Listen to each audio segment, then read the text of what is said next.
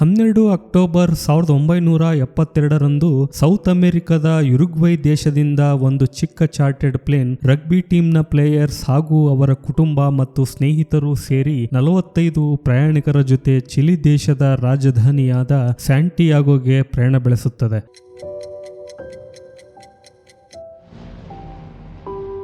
ಸಾಮಾನ್ಯವಾಗಿ ಯುರುಗ್ವೈಯಿಂದ ಸ್ಯಾಂಟಿಯಾಗೋಗೆ ಹೋಗಲು 3 ಗಂಟೆಗಳ ಸಮಯ ತೆಗೆದುಕೊಳ್ಳುತ್ತದೆ. ಆದರೆ ಈ 3 ಗಂಟೆಗಳ ಪ್ರಯಾಣದ ಮಧ್ಯ ಪ್ರವೇಶಿಸುತ್ತದೆ ವಿಶಾಲವಾದ ದೈತ್ಯ ಆಂಡೀಸ್ ಪರ್ವತಗಳು. ಸೌತ್ ಅಮೆರಿಕದಲ್ಲಿರುವ ಆಂಡೀಸ್ ಪರ್ವತ ಶ್ರೇಣಿಗಳು ಪ್ರಪಂಚದ ಉದ್ದವಾದ ಪರ್ವತ ಶ್ರೇಣಿಗಳಾಗಿದ್ದು ಹಿಮಾಲಯ ಪರ್ವತಗಳ ನಂತರ ಎತ್ತರವಾದ ಪರ್ವತ ಶ್ರೇಣಿಗಳು ಆಗಿವೆ. ಈ ಸುಂದರ ಪರ್ವತ ಶ್ರೇಣಿಗಳೇ ನಮ್ಮ ಇಂದಿನ ಕಥೆಯಲ್ಲಿ ಈ 45 ಯಾತ್ರಿಗಳಿಗೆ ಯಮಸ್ವರೂಪಿಯಾಗಲಿವೆ.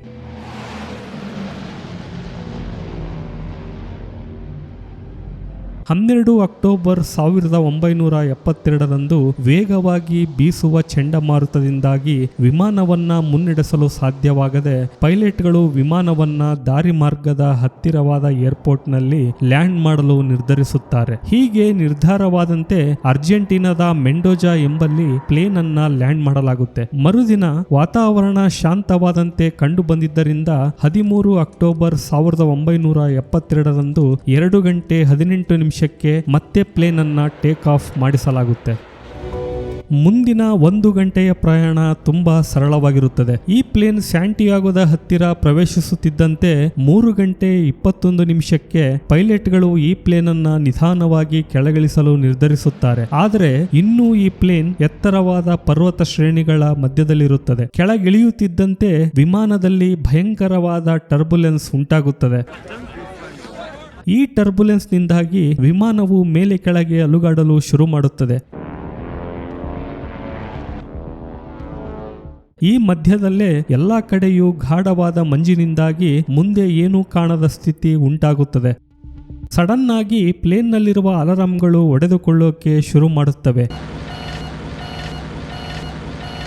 ಯಾರಿಗೂ ಏನು ತೋಚದಂತಾಗುತ್ತದೆ. ಪ್ಲೇನ್ನಲ್ಲಿರುವ ಆಟಗಾರರು ಇದನ್ನ ತಮಾಷೆಯಾಗಿ ತೆಗೆದುಕೊಂಡು ಒಬ್ಬರಿಗೊಬ್ಬರು ತಮಾಷೆ ಮಾಡುತ್ತಾ ಚೇಷ್ಟೆ ಮಾಡುತ್ತಾ ಈ ಪ್ರಯಾಣವನ್ನ ಎಂಜಾಯ್ ಮಾಡ್ತಾ ಇರ್ತಾರೆ. ಅಷ್ಟರಲ್ಲಿ ಮೋಡ ಸ್ವಲ್ಪ ಮರೆಯಾದಂತೆ ಪೈಲಟ್ಗಳಿಗೆ ವಿಮಾನದ ಮುಂದೆ ತುಂಬಾ ದೊಡ್ಡ ಪರ್ವತ ಕಂಡುಬರುತ್ತದೆ. ಭಯಗೊಂಡ ಪೈಲಟ್ಗಳು ವಿಮಾನವನ್ನ ಮೇಲೆ ತೆಗೆದುಕೊಂಡು ಹೋಗಲು ಪ್ರಯತ್ನಿಸುತ್ತಾರೆ.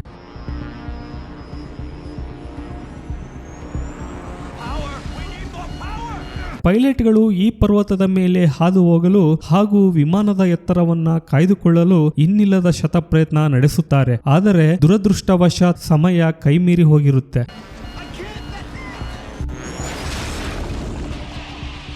ವಿಮಾನದ ಹಿಂಭಾಗ ಒಂದು ದೊಡ್ಡ ಬಂಡೆಗೆ ಅಪ್ಪಳಿಸಿ ಅದರ ಹಿಂದಿನ ಭಾಗ ಸಂಪೂರ್ಣವಾಗಿ ಬೇರೆಯಾಗುತ್ತದೆ. ಪ್ರಯಾಣಿಕರು ಅವರು ಕೂತಿರುವ ಸೀಟ್ಗಳ ಸಮೇತವಾಗಿ ಕೆಳಗೆ ಬೀಳತೊಡಗುತ್ತಾರೆ. ವಿಮಾನದ ಮುಂದಿನ ಭಾಗ ಸ್ವಲ್ಪ ಸಮಯ ಮುಂದಕ್ಕೆ ಚಲಿಸಿ ಮತ್ತೊಂದು ಬಂಡೆಗೆ ಅಪ್ಪಳಿಸಿ ಹಿಮದ ಮೇಲೆ ಬಿದ್ದು ಗಂಟೆಗೆ 351 ಕಿಲೋಮೀಟರ್ ವೇಗವಾಗಿ 700 ಮೀಟರ್ ಆಳಕ್ಕೆ ಚಲಿಸಿ ಕೊನೆಯದಾಗಿ ಹಿಮ ಬಂಡೆಗೆ ಅಪ್ಪಳಿಸುತ್ತದೆ. ಪ್ಲೇನ್ನ ಮೇಲ್ಛಾವಣಿ, ಪ್ಲೇನ್ನ ಸೀಟ್ಸ್, ಪ್ಲೇನ್ನ ಬಾಡಿ ಹಾಗೂ ಅದರ ದೂರ ಸಂಪರ್ಕ ಸಲಕರಣೆಗಳು ಎಲ್ಲವೂ ಧ್ವಂಸವಾಗುತ್ತವೆ ಹಾಗೂ ಅದರಲ್ಲಿನ ಪೈಲಟ್ಗಳು ಸ್ಥಳದಲ್ಲೇ ಸಾವಿಗೀಡಾಗುತ್ತಾರೆ. ಈಗ ವಿಮಾನವು ಆಂಡೀಸ್ನ ಪರ್ವತಗಳ ಮಧ್ಯೆ 3570 ಮೀಟರ್ಗಳಷ್ಟು ಎತ್ತರದಲ್ಲಿ ಅನಾಥವಾಗಿ ಬಿದ್ದಿರುತ್ತದೆ.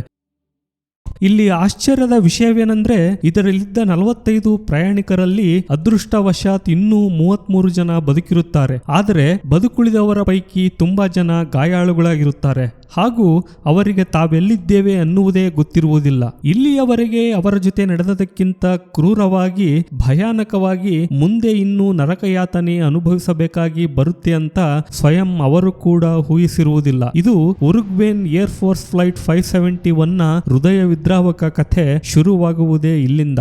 1972, a Uruguayan Air Force plane commissioned for civilian flight crashed into the Andes.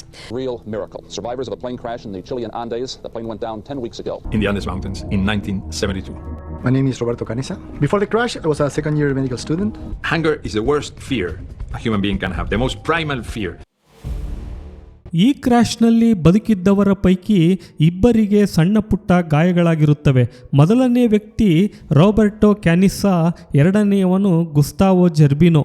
ಇವರಿಬ್ಬರು ಮೆಡಿಕಲ್ ಸ್ಟೂಡೆಂಟ್ಗಳಾಗಿದ್ದು ಉಳಿದ ಗಾಯಾಳುಗಳ ರಕ್ಷಣೆಗಾಗಿ ಇವರಿಬ್ಬರು ಮುಂದಾಗುತ್ತಾರೆ. ಇನ್ನೊಂದು ಕಡೆ ಈ ಪ್ಲೇನ್ ಕಾಣೆಯಾದ ಬಗ್ಗೆ ಚಿಲಿಯನ್ ಏರ್ ಸರ್ಚ್ ಆ್ಯಂಡ್ ರೆಸ್ಕ್ಯೂ ಸರ್ವಿಸ್ಗೆ ವಿಷಯ ತಲುಪುತ್ತದೆ. ತಕ್ಷಣ 4 ಹೆಲಿಕಾಪ್ಟರನ್ನು ಈ ಪ್ಲೇನನ್ನು ಹುಡುಕಲು ಹಾಗೂ ರೆಸ್ಕ್ಯೂ ಮಾಡಲು ನೇಮಿಸಲಾಗುತ್ತದೆ. ದಿನಪೂರ್ತಿ ಹುಡುಕಿದರೂ ಈ ಪ್ಲೇನನ್ನು ಲೊಕೇಟ್ ಮಾಡಲು ಆಗುವುದಿಲ್ಲ. ಕಾರಣ ಈ ಪ್ಲೇನ್ ಬಿಳಿ ಬಣ್ಣದ್ದಾಗಿದ್ದು ಸುತ್ತಲೂ ಬಿಳಿ ಹಿಮರಾಶಿಯಿಂದ ಕೂಡಿರುವುದರಿಂದ ಇದನ್ನು ಸುಲಭವಾಗಿ ಪತ್ತೆ ಹಚ್ಚಲು ಸಾಧ್ಯವಾಗುವುದಿಲ್ಲ. 13 ಅಕ್ಟೋಬರ್ 1972 ರಾತ್ರಿ ಬದುಕುಳಿದ ಪ್ರಯಾಣಿಕರು ಇದೊಂದು ರಾತ್ರಿ ನಾವಿಲ್ಲಿ ಕಳೆದರೆ ಸಾಕು, ನಾಳೆ ಯಾರಾದರೂ ನಮ್ಮನ್ನು ಲೊಕೇಟ್ ಮಾಡಿಯೇ ಮಾಡುತ್ತಾರೆ ಅಂತ ತುಂಬ ಕಾನ್ಫಿಡೆಂಟ್ ಆಗಿರ್ತಾರೆ. ಆದರೆ ಆ ರಾತ್ರಿಯ ಹಿಮಚಳಿಯನ್ನು ತಾಳಲಾಗದೆ 5 ಜನ ಪ್ರಯಾಣಿಕರು ಪ್ರಾಣವನ್ನು ಕಳೆದುಕೊಳ್ಳುತ್ತಾರೆ. ಈಗ ಪ್ರಯಾಣಿಕರ ಸಂಖ್ಯೆ 33ರಿಂದ 28ಕ್ಕೆ ಕುಸಿಯುತ್ತದೆ. ಉಳಿದ ಪ್ರಯಾಣಿಕರು ಪ್ಲೇನ್ನ ಅಳಿದುಳಿದ ವಸ್ತುಗಳಿಂದ ಚಳಿಯಿಂದ ರಕ್ಷಿಸಿಕೊಳ್ಳಲು ಶೆಲ್ಟರ್ ಥರ ಉಪಯೋಗಿಸಿಕೊಳ್ಳಲು ಶುರು ಮಾಡುತ್ತಾರೆ. ಪ್ಲೇನ್ನ ಸೀಟ್ಸ್ಗಳನ್ನು, ಸೂಟ್ಕೇಸ್ಗಳನ್ನು ಪ್ಲೇನ್ನ ತೆರೆದಿರುವ ಹಿಂಭಾಗವನ್ನು ಮುಚ್ಚಲು ಉಪಯೋಗಿಸುತ್ತಾರೆ.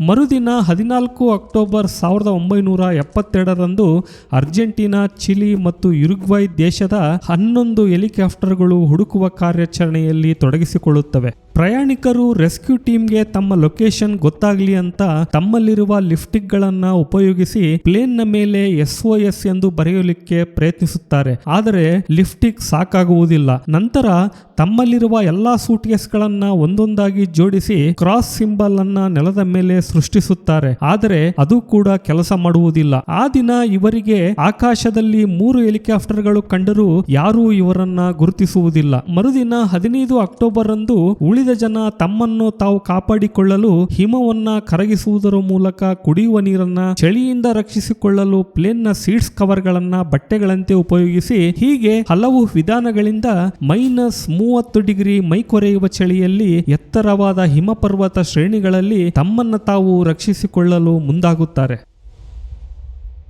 21 ಅಕ್ಟೋಬರ್ 1972 ಈ ಘಟನೆಯ 8 ದಿನಗಳ ನಂತರ ಯಾರನ್ನು ಲೊಕೇಟ್ ಮಾಡದ ಕಾರಣದಿಂದಾಗಿ ರೆಸ್ಕ್ಯೂ ಟೀಮ್ ಸರ್ಚ್ ಅನ್ನ ಸ್ಥಗಿತಗೊಳಿಸಲು ನಿರ್ಧಾರ ಮಾಡುತ್ತದೆ. ಈ ಕಡೆ ಪ್ಲೇನ್ನಲ್ಲಿ ಕೇವಲ 3 ಗಂಟೆಯ ಪ್ರಯಾಣಕ್ಕೆ ಬೇಕಾಗಿರುವಷ್ಟು ಲಿಮಿಟೆಡ್ ಫುಡ್ ಮಾತ್ರ ಇವರಲ್ಲಿರುತ್ತದೆ. ಇದನ್ನೇ ಮೊದಲ ದಿನದಿಂದಲೇ ಹಂಚಿಕೊಂಡು ತಿನ್ನುವುದಕ್ಕೆ ಶುರು ಮಾಡಿರುತ್ತಾರೆ. ಈ ಘಟನೆಯ 11 ದಿನಕ್ಕೆ ಇವರಲ್ಲಿರುವ ಫುಡ್ ಎಲ್ಲ ಖಾಲಿಯಾಗಿ ಹಸಿವು ತಾಳಲಾರದೆ ಸೀಟ್ಸ್, ಲೆದರ್ಗಳನ್ನ, ಕಾಟನ್ ಬಟ್ಟೆಗಳನ್ನ ತಿನ್ನುವುದಕ್ಕೆ ಶುರು ಮಾಡುತ್ತಾರೆ. ಇದರಿಂದಾಗಿ ಅನೇಕರು ಅನಾರೋಗ್ಯಕ್ಕೂ ಈಡಾಗುತ್ತಾರೆ. ಮುಂದೆ ಹಸಿವನ್ನು ತಾಳಲಾರದೆ ತಮ್ಮನ್ನು ತಾವು ಬದುಕಿಸಿಕೊಳ್ಳಲು ಇವರು ಮಾಡುವ ನಿರ್ಧಾರ ಇಡೀ ಮನುಷ್ಯ ಕುಲವೇ ಬೆರಗಾಗುವಂತೆ ಮಾಡುತ್ತದೆ. ಬೇರೆ ವಿಧಿ ಇಲ್ಲದೆ ಇವರು ಅಲ್ಲಿ ಸಾವಿಗೀಡಾಗಿರುವ ತಮ್ಮ ಕುಟುಂಬದವರ ಹಾಗೂ ಸ್ನೇಹಿತರ ದೇಹಗಳನ್ನೇ ತಿನ್ನಲು ಶುರು ಮಾಡುತ್ತಾರೆ. ಮೊದಮೊದಲು ಎಲ್ಲರೂ ಇದನ್ನು ವಿರೋಧಿಸುತ್ತಾರೆ. ಆದರೆ ಕಾಲ ಕಳೆದಂತೆ ಎಲ್ಲರೂ ಮನುಷ್ಯರ ದೇಹಗಳನ್ನು ತಿನ್ನಲು ಶುರು ಮಾಡುತ್ತಾರೆ. 29 ಅಕ್ಟೋಬರ್ 1972 ಈ ಘಟನೆಯ 16 ದಿನಗಳ ಬಳಿಕ ಇವರಿಗೆ ಮುಂದೇನು ಮಾಡಬೇಕೆಂದು ತೋಚದಂತಾಗುತ್ತದೆ. ಇಷ್ಟೆಲ್ಲ ಸಮಸ್ಯೆಗಳ ಮಧ್ಯೆ ಆ ದಿನ ರಾತ್ರಿ ಮತ್ತೊಂದು ಆಘಾತ ಎದುರಾಗುತ್ತದೆ.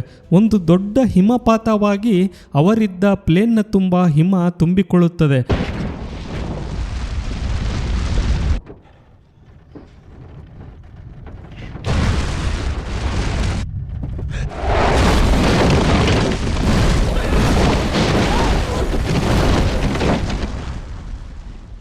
ಎಂಟು ಜನ ಈ ಹಿಮಪಾತದ ಅಡಿಯಲ್ಲಿ ಉಸಿರು ಕಟ್ಟಿ ಸಾವನ್ನಪ್ಪುತ್ತಾರೆ. ಈಗ ಕೇವಲ 19 ಜನರಷ್ಟೇ ಉಳಿದುಕೊಳ್ಳುತ್ತಾರೆ. ಇವರೆಲ್ಲ ಹಿಮಪಾತದ ಅಡಿಯಲ್ಲಿ ಮುಳುಗಿರುವ ಒಂದು ಚಿಕ್ಕದಾದ ಜಾಗದಲ್ಲಿರುತ್ತಾರೆ.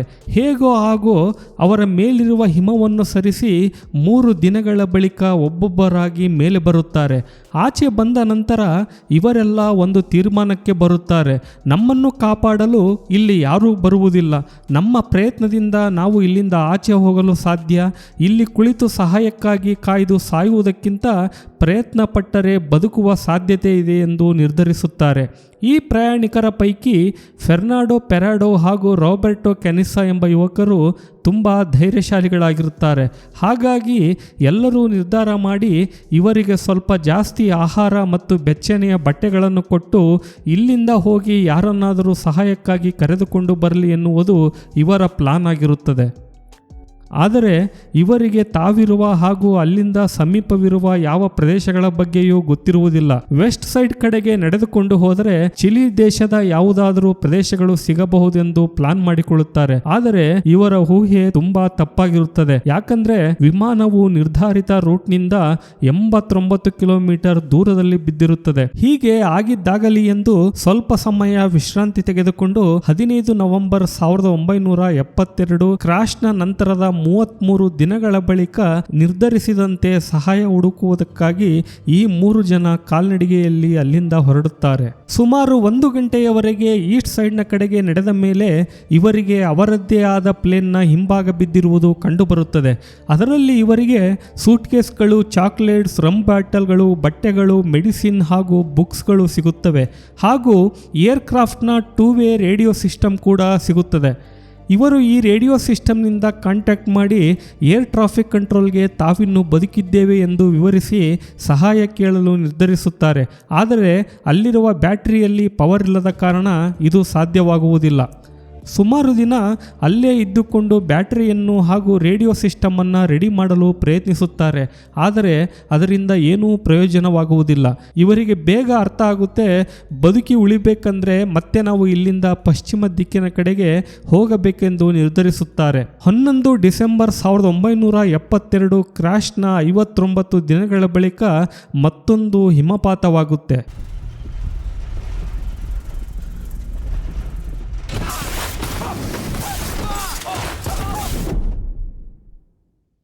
ಮತ್ತೆ ಇದರಲ್ಲಿ 3 ಜನ ಸಾವಿಗೀಡಾಗುತ್ತಾರೆ. ಈಗ ಕೇವಲ 16 ಜನ ಮಾತ್ರ ಬದುಕಿರುತ್ತಾರೆ. 12 ಡಿಸೆಂಬರ್ 1972 ಬರೋಬ್ಬರಿ 2 ತಿಂಗಳ ನಂತರ ಈ 3 ಜನ ಪೆರಾಡೋ, ಕ್ಯಾನಿಸಾ ಹಾಗೂ ವಿಜಿಂಟಿನ್ ಯಾವುದೇ ಸಾಧನ ಸಲಕರಣೆಗಳಿಲ್ಲದೆ -30 ಡಿಗ್ರಿ ಕೊರೆಯುವ ಚಳಿಯಲ್ಲಿ ಅತಿ ಎತ್ತರವಾದ ಹಿಮಪರ್ವತಗಳನ್ನ ಹತ್ತುತ್ತಾ ಇಳಿಯುತ್ತಾ ಸಹಾಯ ಹುಡುಕಲು ಅಲ್ಲಿಂದ ಹೊರಡುತ್ತಾರೆ. 2 ರಿಂದ 3 ದಿನಗಳಲ್ಲಿಯೇ ಒಂದು ಯಾವುದಾದ್ರೂ ಪ್ರದೇಶವನ್ನ ತಲುಪುತ್ತೇವೆ ಅನ್ಕೊಂಡು ಕೇವಲ 3 ದಿನಗಳ ಆಹಾರದ ಜೊತೆ ಇವರ ಪ್ರಯಾಣ ಶುರುವಾಗುತ್ತೆ. ದೇಹದಲ್ಲಿ ಸ್ವಲ್ಪ ಶಕ್ತಿನೂ ಇಲ್ಲದೆ, ಪರ್ವತಗಳನ್ನು ಹತ್ತುವ ಯಾವ ಅನುಭವ ಇಲ್ಲದೆ, ಪದೇ ಪದೇ ಜಾರುವ ಹಿಮಬಂಡೆಗಳ ಮೇಲಿಂದ ಜಾರುತ್ತಾ ಬೀಳುತ್ತಾ ಇವರ ಪ್ರಯಾಣ ಮುಂದುವರಿಯುತ್ತದೆ. 1 ದಿನ, 2 ದಿನ, 4 ದಿನ ಕಳೆದ ಮೇಲೆ ಇವರಿಗೆ ಅರಿವಾಗುತ್ತೆ ಇವರ ಲೆಕ್ಕಾಚಾರ ಎಷ್ಟು ಕೆಟ್ಟಿದೆ ಅಂತ. ಯಾಕಂದ್ರೆ ಇವರ ದಾರಿಗೆ ಕೊನೆಯೇ ಇಲ್ಲದಂತಾಗುತ್ತದೆ. 4 ದಿನದ ಬಳಿಕವೂ ಇವರ ಕಣ್ಣ ಮುಂದೆ ಎಲ್ಲಿ ನೋಡಿದರೂ ಮತ್ತೆ ದೊಡ್ಡ ದೊಡ್ಡ ಪರ್ವತಗಳೇ ಕಾಣಸಿಗುತ್ತವೆ. ಇಷ್ಟರಲ್ಲಿ ಈ 3 ಪೈಕಿ ಒಬ್ಬನಾದ ವಿಜಿಂಟಿನ್ ಹಿಂತಿರುಗಿ ಕ್ರಾಶ್ ಆದ ಸ್ಥಳಕ್ಕೆ ಹೋಗಲು ನಿರ್ಧರಿಸುತ್ತಾನೆ. ಯಾಕಂದರೆ ಆಹಾರದ ಕೊರತೆಯಿಂದಾಗಿ 3ಗಿಂತ 2 ಮುಂದುವರೆದರೆ ಸ್ವಲ್ಪ ಸಹಾಯವಾಗಬಹುದು ಅಂತ. ಈ ರೀತಿಯಾಗಿ ವಿಜಿಂಟಿನ್ ಬೆಟ್ಟಗಳ ಮೇಲಿಂದ ಏರ್ಕ್ರಾಫ್ಟ್ನ ಸೀಟನ್ನು ಸ್ಲೈಡ್ ಪೋರ್ಟ್ನಂತೆ ಮಾಡಿಕೊಂಡು ಪರ್ವತಗಳ ಮೇಲಿಂದ ಹಿಮದ ಮೇಲೆ ಜಾರುತ್ತಾ ಅಲ್ಲಿಂದ ಕ್ರಾಶ್ ಸೈಟ್ಗೆ ಹಿಂತಿರುಗುತ್ತಾನೆ. ಪೆರಾಡೋ ಮತ್ತು ಕ್ಯಾನಿಸಾ ಅಲ್ಲಿಂದ ಮುಂದೆ ಬೆಟ್ಟಗಳನ್ನು ಹತ್ತುತ್ತಾ ಇಳಿಯುತ್ತಾ ಮುಂದುವರಿಯುತ್ತಾರೆ. ಸುಮಾರು ದಿನಗಳ ಕಾಲ್ನಡಿಗೆಯ ನಂತರ ಕೊನೆಗೂ ಒಂದು ನದಿ ಇರುವ ಕಣಿವೆ ಸಿಗುತ್ತದೆ. ಅಲ್ಲಿಂದ ಈ ನೀರು ಹರಿಯುವ ದಿಕ್ಕನ್ನು ಅನುಸರಿಸಿ ನಡೆದಾಗ ಸುಮಾರು 9 ದಿನಗಳ ನಂತರ ಇವರಿಗೆ ಕೆಲವು ಸಾಕು ಪ್ರಾಣಿಗಳು ಹಾಗೂ ಸುತ್ತಮುತ್ತ ಮನುಷ್ಯರಿರುವ ಕುರುಹುಗಳು ಸಿಗುತ್ತವೆ. ಅಲ್ಲಿಂದ ಸ್ವಲ್ಪ ದೂರ ನಡೆದ ಮೇಲೆ ನದಿಯಾಚೆಗೆ ಕುದುರೆಯ ಮೇಲೆ ಹೋಗುತ್ತಿರುವ 3 ಜನ ಕಾಣಿಸುತ್ತಾರೆ. ನದಿ ಈಚೆಯಿಂದ ಇವರಿಬ್ಬರು ಅವರತ್ತ ಕೈ ಬೀಸುತ್ತಾ ಕೂಗಲು ಶುರು ಮಾಡುತ್ತಾರೆ. ಆದರೆ ನದಿ ಹರಿಯುವ ಶಬ್ದದಿಂದ ಇವರ ಕೂಗು ಅವರಿಗೆ ಕೇಳಿಸುವುದಿಲ್ಲ. ಹಾಗೆ ಸ್ವಲ್ಪ ಪ್ರಯತ್ನದ ನಂತರ ಆ 3 ಜನರ ಪೈಕಿ ಒಬ್ಬ ಇವರನ್ನು ಹಿಂತಿರುಗಿ ನೋಡುತ್ತಾನೆ. ಇವರ ಶಬ್ದ ಕೇಳಿಸದ ಕಾರಣ ಆತ ಇವರಿಗೆ ಮತ್ತೆ ನಾನು ನಾಳೆ ಬರುತ್ತೇನೆ ಅಂತ ಹೇಳಿ ಅಲ್ಲಿಂದ ಹೊರಟು ಹೋಗುತ್ತಾನೆ. ಮರುದಿನ ಆ ವ್ಯಕ್ತಿ ಮತ್ತೆ ಕುದುರೆಯ ಮೇಲೆ ಅಲ್ಲಿಗೆ ಬರುತ್ತಾನೆ ಹಾಗೂ ಈ ಸಾರಿ ಆತ ತನ್ನೊಂದಿಗೆ ಒಂದು ಪೇಪರ್ ಮತ್ತು ಪೆನ್ನನ್ನು ತೆಗೆದುಕೊಂಡು ಬಂದಿರುತ್ತಾನೆ ಹಾಗೂ ಅವೆರಡನ್ನೂ ಒಂದು ಕಲ್ಲಿನ ಜೊತೆ ಕಟ್ಟಿ ಇವರತ್ತ ಎಸೆಯುತ್ತಾನೆ. ಆಗ ಪೆರಾಡೋ ಸ್ಪ್ಯಾನಿಷ್ ಭಾಷೆಯಲ್ಲಿ ಈ ಪೇಪರ್ನಲ್ಲಿ ಬರೆಯುತ್ತಾರೆ, ನಾವು ಪರ್ವತಗಳ ಮಧ್ಯದಲ್ಲಿ ಕ್ರ್ಯಾಶ್ ಆದ ಪ್ಲೇನ್ನಿಂದ ಬದುಕುಳಿದವರು, ನಾವು ಯುರುಗ್ವೈ ದೇಶದವರು, 10 ದಿನಗಳ ನಡಿಗೆಯ ಮೂಲಕ ನಾವಿಲ್ಲಿ ತಲುಪಿದ್ದೇವೆ. 14 ಜನ ನನ್ನ ಸ್ನೇಹಿತರು ಇನ್ನೂ ಅಪಘಾತವಾದ ಸ್ಥಳದಲ್ಲೇ ಇದ್ದಾರೆ. ನಮಗೆ ಆದಷ್ಟು ಬೇಗ ಸಹಾಯದ ಅವಶ್ಯಕತೆ ಇದೆ. ನಮಗೆ ಯಾರನ್ನು ಸಂಪರ್ಕಿಸಬೇಕೆಂದು ತಿಳಿದಿಲ್ಲ. ನಮ್ಮಲ್ಲಿ ಊಟವಿಲ್ಲ, ನೀರಿಲ್ಲ. ನಾವು ತುಂಬ ದುರ್ಬಲರಾಗಿದ್ದೇವೆ. ನಡೆಯುವುದಕ್ಕೂ ನಮ್ಮಿಂದ ಸಾಧ್ಯವಿಲ್ಲ. ದಯವಿಟ್ಟು ನಮ್ಮನ್ನು ಕಾಪಾಡಿ ಎಂದು ಪತ್ರದಲ್ಲಿ ಬರೆದು ನದಿಯಾಚೆಗೆ ಎಸೆಯುತ್ತಾರೆ.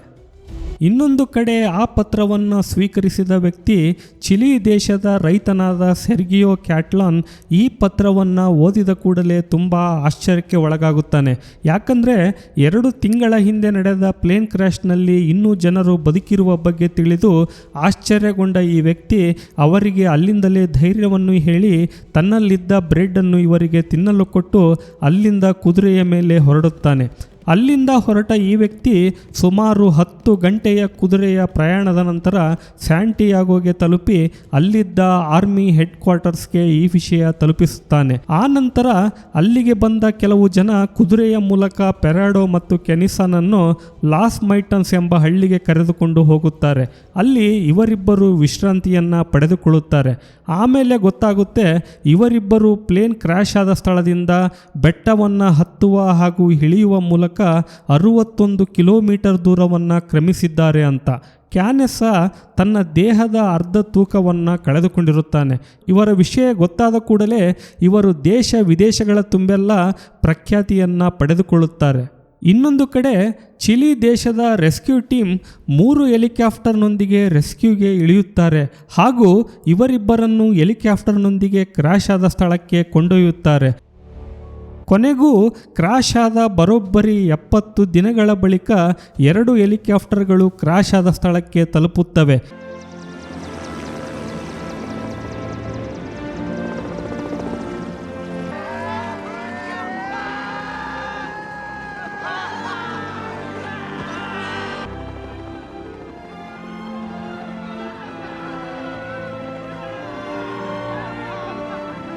ಒಟ್ಟಿನಲ್ಲಿ 16 ಜನರನ್ನು ಇಲ್ಲಿ ರಕ್ಷಿಸಲಾಗುತ್ತದೆ. ಇವರ ಪರಿಸ್ಥಿತಿ ತುಂಬ ಕ್ರಿಟಿಕಲ್ ಆಗಿದ್ದು ಇವರುಗಳು dehydration, altitude sickness, weakness, malnutrition ಹಾಗೂ ಮುರಿದ ಮೂಳೆಗಳು, ಗಾಯಗಳಿಂದ ಬಳಲುತ್ತಾ ಇರುತ್ತಾರೆ. ಆದರೂ ಕೊನೆಗೂ ಎಲ್ಲರೂ ಚೇತರಿಸಿಕೊಳ್ಳುತ್ತಾರೆ.